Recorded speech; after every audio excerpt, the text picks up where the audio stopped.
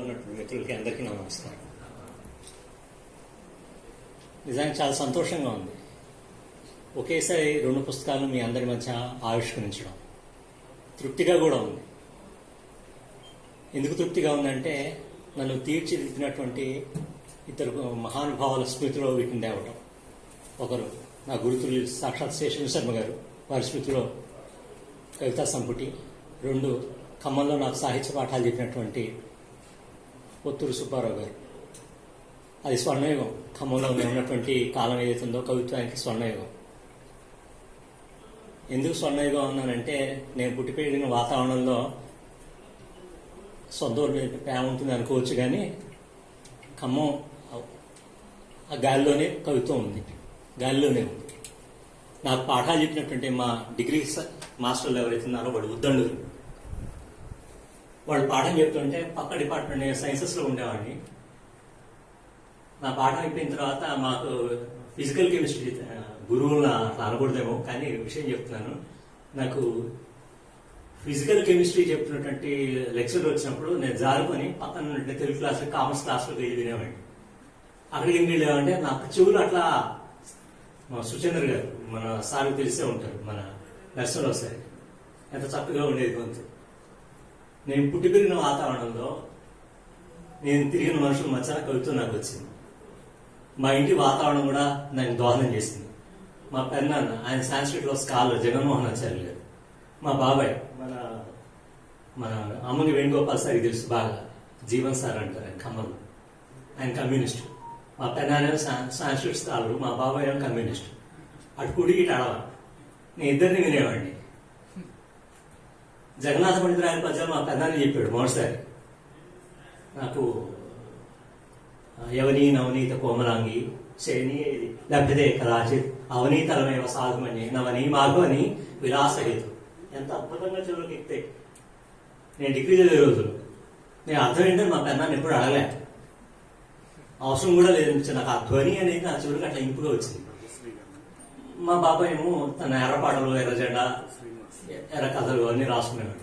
నేను ఎవరిని అంటే నేను కాంట్రడిక్షన్స్ నేను చూసాను. నేను వాళ్ళ జోలిపోలేదు, వీళ్ళ జోలిపోలేదు. ఆ కాంట్రడిక్షన్స్ జస్ట్ అబ్జర్వ్ చేసుకునే ప్రయత్నంలో ఉండేవాడిని ఆ రోజు. సో అట్లా ఆ వాతావరణం నాకు ఏది కావాలో తర్వాత నేను చూస్ చేసుకున్నది, అది వేరే విషయం. కాబట్టి నా నేపథ్యం నా కవిత్వానికి ప్రేరణ. ఒక విషయం చెప్పాలి, కవిత్వం అనేది నేను ఎందుకు రాస్తాను ఏంటంటే, నేను కవిత్వం రాయడానికి కారణం నేపథ్యం గురించి చెప్తున్నాను కదా. కవిత్వం అనేది ఒక ఆత్మకళ, దాన్ని ఒక యోగంలాగా సాధించాలి. అది లేదు ఎవడు పడతాడు ఈ ప్రయాసం అంటే కవిత్వం అక్కర్లే. కథలు రాసుకోవచ్చు, కథలు కూడా తేలికని అనడం లేదు. ఇంత శ్రమ ఉండదేమో, ఇంత కుస్తీ పట్టు ఉండవేమో. ఎందుకంటే కవిత్వం రాసినప్పుడు ఉన్నటువంటి సెన్సిబిలిటీ, ఆ టార్చర్ వేరుగా ఉంటుంది. టార్చర్ ఎందుకు అనుకుంటున్నాం అంటే నాకు అది ఆ ఫీల్ కనుక కన్వే కాకపోతే చదివేవాడికి టార్చర్. మీరు రాసేవాడికి ఏమన్నా, రాసేవాడు రాసి వదిలేసి వెళ్ళిపోతాడు. కాబట్టి అది రావాలంటే అది యోగం లాగా రావాలి.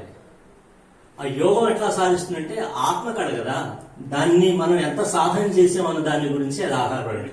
అయితే వాచో నివర్తంతే అప్రాప్య మనసా సహా ఆనందం బ్రహ్మణో విద్వాన్, మీరందరూ వినే ఉంటారు. ఎక్కడైతే మనసు వాక్కు ఒక ఆనందమయ స్థితిని చెప్పలేక మూగవవుతాయో అటువంటి ఆనందమయ స్థితిలో నేను కవిత్వాన్ని వెతుకుతాను. కవిత్వం కూడా అటువంటి ఆనందమయ స్థితిలోనే రాస్తాను. దాన్ని ఇందాక మన మిత్రులు మూడ్ అన్నారు. ఆ mood that is very important. Mood లేకుండా కవిత్వం, నేను ఉత్తరం కూడా రాయను, కవిత్వమే కాదు. మూడ్ లేకపోతే కనీసం ఫ్రెండ్కి ఉత్తరం కూడా రాయి. ఇప్పుడు ఉత్తరాలు రాసే కాలం పోయింది, అది వేరే విషయం. నేను నా పాత ఉత్తరాలు, నేను గ్రాడ్యుయేషన్ చదివే రోజుల్లో, నేను లా చదివే రోజుల్లో నా ఫ్రెండ్స్ రాసిన ఉత్తరాలు ఇప్పటికీ నా ఫ్రెండ్స్ దాచుకున్నాను. ఎందుకు దాచుకున్నారంటే వాళ్ళకి ఏదో ఆ రిథమిక్ లైన్స్ ఏమి నచ్చి ఉంటాయి, దాచుకున్నాను. నాకు వచ్చే ఉత్తరాలు కూడా నా మిత్రులు నా మొదటి సంఖ్యలో 97లో స్వాతంత్ర విశ్వాస సంతకు వచ్చినప్పుడు, తర్వాత సూర్యుడు కూర్చున్న రాత్రి నిద్రపోయిన, ఇవన్నీ పాత రోజులు, ఒక 27-15 ఏళ్ళకు, 25 ఏళ్ళ క్రితం, 23-24 ఏళ్ళు. అది చదివినప్పుడు నా మిత్రులు రాసిన ఉత్తరాలు అవి టెంపోలు ఉండాలి. అది ఒక ఉత్తరం కూడా ఒక ఏంటంటే ఒక టెంపోలో రాసుకునేటువంటి కాలం అన్నమాట. కాబట్టి అది సాధన ద్వారా, లేకుంటే మనల్ని మనం కవిత్వంలోకి అబ్జార్బ్ చేసుకునేటువంటి విధానం మీద ఆధారపడి ఉంటుందని నా విశ్వాసం. సరే దీని సంగతి అట్లా ఉంచితే కవిత్వం పట్ల నాకు కొన్ని రాజీ లేని అభిప్రాయాలు ఉన్నాయి. అవి ఎట్లా వచ్చాయంటే నేను చదివిన పుస్తకాల కారణంగా వచ్చాయి. నేను చదివినటువంటి నానా రకాల కవులు, దాంట్లో ప్రాచీన కవులు, సంస్కృత కవులు ఉన్నారు, ఆధునిక కవులు ఉన్నారు, అన్ని కాలాల కవులు ఉన్నారు. నేను ఎవరినైతే చదువుతూ వచ్చానో ఈ మధ్యకాలంలో గత కొన్నేళ్ళుగా ఏం చేస్తున్నా అంటే ఒక పునశ్చరణ అనుకోండి బహుశా, దాన్ని నేను నోట్స్ లాగా రాసుకున్నాను. నేను చదివిన వాళ్ళందరికీ నాకు ఒకనొక స్థితిలో స్థితి అంటే టు బి ఫ్రాంక్ ఈ కరోనా రోజుల్లోనే గుర్తొచ్చారు. కరోనా కాలానికి నేను థ్యాంక్స్ చెప్పాలి. ఎందుకంటే కొంతకాలం వర్క్ ఫ్రమ్ హోమ్ చేశాం కాబట్టి ఆ టైంలో కొద్ది గొప్ప వెసులుబాటు ఉండేది కాబట్టి, కంటిన్యూస్ గా ఫోన్ కాల్స్ అనే ప్రెజర్ లేదు కాబట్టి ఆ టైంలో ఏంటంటే నేను చదువుతున్నటువంటి ప్రాచీన కవులు అయితేనే, లేకుంటే పద్య కవులే అనుకోండి, ఆధునిక కవులే అనుకోండి, నా గురువు శేషను శర్మే అనుకోండి, వీళ్ళందరూ నన్ను ఉక్కిరి బిక్కిరి చేశారు. సో ఈ కాలంలో నేనేం చేశానంటే నా మనసులోకి వచ్చినటువంటి, నన్ను ప్రభావితం చేసినటువంటి వ్యక్తులు, కవులు, వాళ్ళు ఎవరైతే ఉన్నారో వాళ్ళని గురించి నోట్స్ రాసుకున్నాను. ఆ నోట్సే ఇవాళ మీకు సౌరభం అనే పేరుతో వచ్చింది. నేను పని కట్టుకొని పెన్ను పేపర్ తీసుకొని వీళ్ళ నుంచి వాళ్ళు రాయాల్సిందే అని పంతం బట్టి ఏం రాయలేదు. ఆ రోజు ఆ మూడ్లో ఎవరు వస్తే ఆ ట్రాన్స్ లో రాసేసాను. నేను ఈ మన దిశాంతర స్వప్నం ముందు మాటలో రాసుకున్నాను. మూసిన గదిలో తన్మయ తంత్రిలా నేను కూర్చున్నప్పుడు అపరిచిత ద్రవ్యాలేదో నా చుట్టూ పోగు పడతాయని. సో ఆ అపరిచిత ద్రవ్యాలు ఎవరంటే ఈ కవులే. నేను రాసుకున్న ఆ ట్రాన్స్ లాంటి మూడ్లోకి నా పిల్లలు కానీ మా ఆవిడ కానీ ఎవరు రారు. గల్లో వేసుకొని నేను నా ఫోన్ సైలెంట్ మూడ్లో పెట్టుకొని నేను రాసుకుంటాను. అది ఎట్లా ఉంటుందంటే ఒక మీకు గొంగళి పురుగు సీతాకోకలాగా మారి బయటికి రావడం ఉంటుంది. ఆ రకమైన స్థితిలో నేను నా వాక్యాలని, ఆ వ్యాసం, పోయము ఆ రకంగా బయటకు వస్తాయి. అది వచ్చిన తర్వాత రిలాక్సింగ్ గా ఉంటా. ఆ టైంలో నా మొహం చూస్తే ఆ తన్మయత్వం, విచిత్రం ఏదైతే ఉంటుందో నాకే తెలుస్తాయి. యాక్చువల్లీ ఏంటంటే అది I can feel that transformation. ఆ స్థితి నేను బుద్ధిపూర్వకంగా కోరుకుంటా, ఆ బుద్ధిపూర్వకంగా మలుచుకుంటా. అది కనుక లేనట్టయితే నేను కవిత్వం రాయలేను. I nothing. సో ఆ మూడ్లోకి పోవడానికి నాకు నానా రకాల ద్రవ్యాలు పోగుపడతాయి. దాంట్లో నా పూర్వకవులు ఉన్నారు.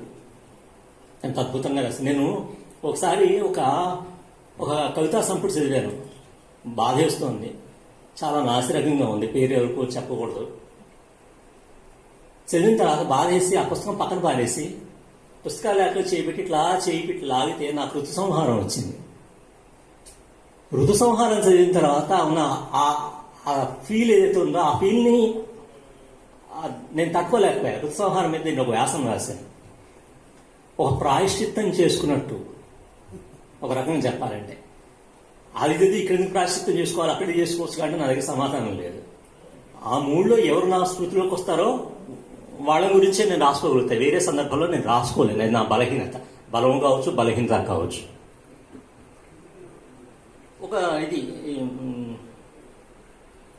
ముఖ్యంగా ఈ వ్యాస సంపుటి రాసినప్పుడు, సౌరభం గురించి రాసినప్పుడు నేను చెప్పాను కదా, అనుకోకుండా కొంతమంది కవులు నా స్మృతిలోకి వచ్చారని. విస్మృత కవుల గురించి నేను రాస్తున్నప్పుడు దాని టైటిల్ పేరు ఇవ్వలేదు. విస్మృత కవులు 1, విస్మృత కవులు 2, 3, 4, 5, 6 అని పెట్టి రాశాను. ఇవన్న సంకలనాలు ఇప్పుడు రాసిన వ్యాసాలన్నీ కూడా నా ఫేస్బుక్ లో వచ్చినాయి. వేరే ఎక్కడ పత్రికలో పంపలేం. నా గురువాక్యం అది. నేను పత్రిక పంపనని నా గురువు గారికి చెప్పా.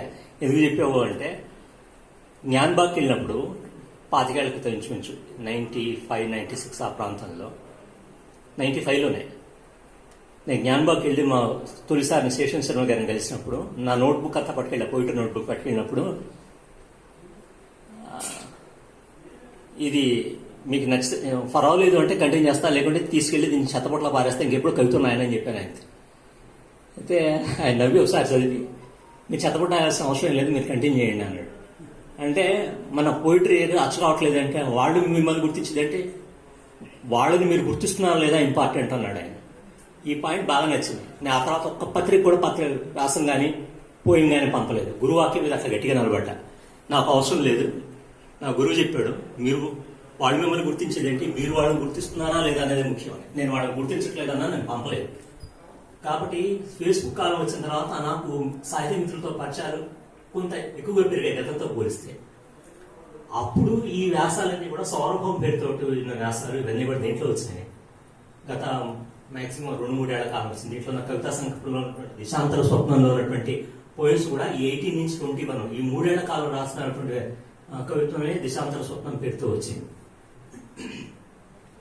ఇవన్నీ కూడా నేను యాక్చువల్గా ఒకటి అనుకుంటూ రాశాను. ఏదైనా కవి గురించి రాయాలంటే అతను పరకాయ ప్రవేశం చేయాలి. పరకాయ ప్రవేశం చేయగలిగితే ఆ కవి నీకు అర్థమవుతాడు అన్న నోషన్లో రాశాను. ఆ విశ్వత కవి గురించి రాసినప్పుడు నాకు కలిగిన తృప్తి అంతా ఇంత కదా. మన కవిరాజు గారు ఉన్నారు, ఆయన గురించి నేను చెప్పాను, సార్ నేను మీ మీద అయిపోతున్నానని. ఆయన నా మీద కూడా రాసేవాళ్ళు ఉన్నారా, ఇంకా బతికి ఉన్నారా అని. నేను ఉన్నాను సార్, బతికే ఉందని, మీ గురించి రాస్తానని చెప్పి. సో ఆయన ఇచ్చారు, ఇవాళ చాలా సంతోషంగా ఉంది. ఇవన్నీ కవుల మీద ఉన్నటువంటి అపారమైన ప్రేమతో రాసిన, నాకు వేరే సాహిత్య ప్రయోజనాలు ఏం లేవు. ఒకవేళ సాహిత్య ప్రయోజనాలు ఉన్నట్టయితే ఎవరితో అయితే ఎవరి గురించి పొగిడితే నాకు లాభం అవుతుందో, ఎవరిని పొగిడితే నాకు ఒక చిన్న అవార్డు వస్తుందో, ఎవరిని పొగిడితే నన్ను వేదిక మీద పిలిచి నాతో మాట్లాడిస్తారు, వాళ్ళ గురించే రాసుకోవచ్చు కదా.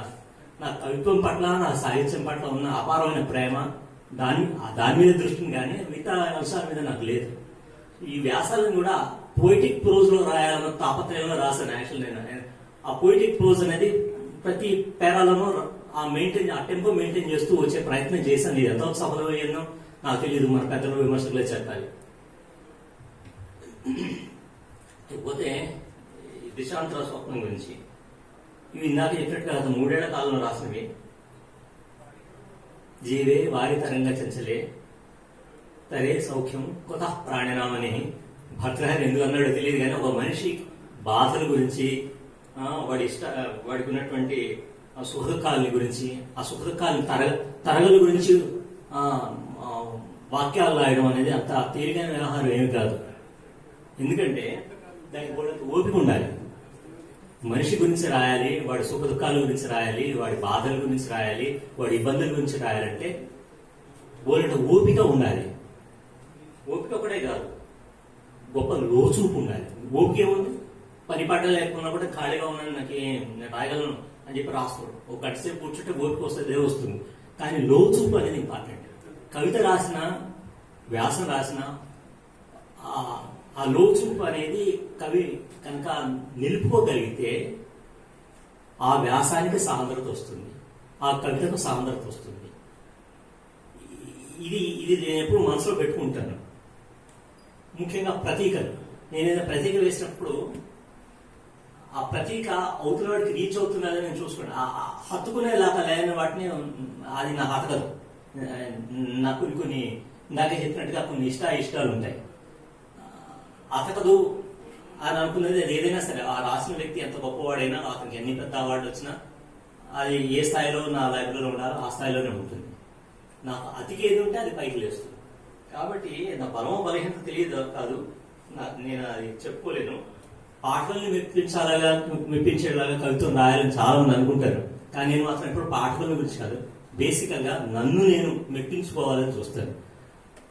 నన్ను నేను మెప్పించుకున్నానంటే okay, then it can be pass on, ఇది వేరే వాళ్ళకి ఇవ్వచ్చు అని చెప్పి అట్లా పాస్ ఆన్ చేస్తాను. కాబట్టి అది నా ప్లస్ అదే, నా మైనస్ అదే. నేను కనుక నా సెల్ఫ్ సాటిస్ఫాక్షన్ లేనప్పుడు అది బయటికి తీయలేను. చాలా మందికి కూడా ఉండవచ్చు ఈ లక్షణం, కానీ అది నాకు కొంచెం తీవ్రంగా ఉంటుంది. ఇంకోటి, ఇమేజ్లో లేని కవిత్వం కాదు అని నాకు ఫార్మల్ అభిప్రాయం, చాలా గాఢమైన అభిప్రాయం. పోయిటిక్ ప్రోజ్ ఏతుందో అది నాకు బాగా ఇష్టం. ప్లెయిన్ ప్రోజ్ అని నేను అసలు ఇష్టపడను, నిజం చెప్పాలంటే ఎలర్జీ. ప్లెయిన్ ప్రోజ్ లో వార్తకులను ప్లెయిన్ ప్రోజ్ తేడా ఉంది ఏం లేదు, ఇట్ మేక్స్ నో డిఫరెన్స్. ఒక పత్రికలో వార్త చదివితే ఎట్లా ఉంటుందో ప్లెయిన్ ప్రోజ్ అయినా ఉంటుంది. ప్లెయిన్ ప్రోజ్ గురించి చదవడానికి, రాయడానికి, పుస్తకం తీసుకోవడానికి ఏం లేదు. అంటే ఆ ప్లెయిన్ ప్రోజ్ అనేటువంటి ఇరిటేషన్ ఏదైతే ఉందో అది చాలా సందర్భాల్లో నాకు అది కవిత్వం రాసినప్పుడు కనబడుతుంది, వ్యాసాలు రాసినప్పుడు కనబడుతుంది. ఇవన్నీ ఒక సందర్భంలో పుచ్చిన ఒక ముతక రాతను కళ్ళకద్దుకోవడం, పుచ్చిన పండును చప్పరించడం రెండు ఒకటే అని ఒకసారి 2001లో వచ్చినటువంటి నా నిద్రపోని మానవ కోయిల్లో రాసుకున్నాను. ముతక రాతను కళ్ళకద్దుకోవడం, పుచ్చిన పండును చప్పరించడం రెండు ఒకటి.